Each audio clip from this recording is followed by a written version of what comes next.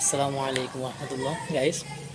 আমি ভাবছি যে আমি আর কোনোদিন মানে ঠিকঠাকভাবে সাকসেস হতে পারবো না। প্রথম একটা আমি ইউটিউব চ্যানেল খুলি, আমি দেখতেছি যে আমার ইউটিউব চ্যানেলটা ঠিকঠাকভাবে সেটিং করা হয় নাই।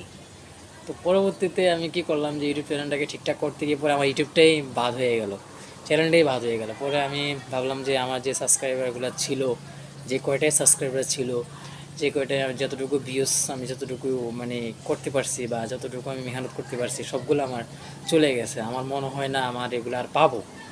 পরবর্তীতে আমি একটা চ্যানেল খুললে যে আমি পাবো সেরকম একটা আশা আমি আর দেখতেছি না। পরবর্তীতে আলহামদুলিল্লাহ আমি তাও আবার ট্রাই করলাম যে ইউটিউব চ্যানেল খুললাম।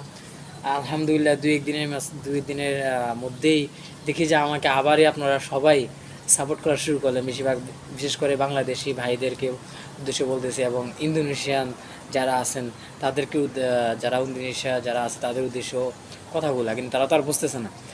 যাই হোক, তো বাংলাদেশি যারা ভাই আছেন তারা অনেক সাপোর্ট আমাকে করতেছেন এবং আমি ওই দিন আমি দেখলাম যে কিছু কিছু ইন্ডিয়ান যে ভাইরা আছেন তারাও অনেকভাবে সাপোর্ট আমাকে করতেছেন, সাবস্ক্রাইব করতেছেন বা দেখতেছি ভিউজ লাইক কম করতেছেন। আলহামদুলিল্লাহ, আমার মতো মানুষটা যে মানে মানে এতটুকু সম্মান পাবো এটাই মানে অনেক কিছু আমি মনে করি।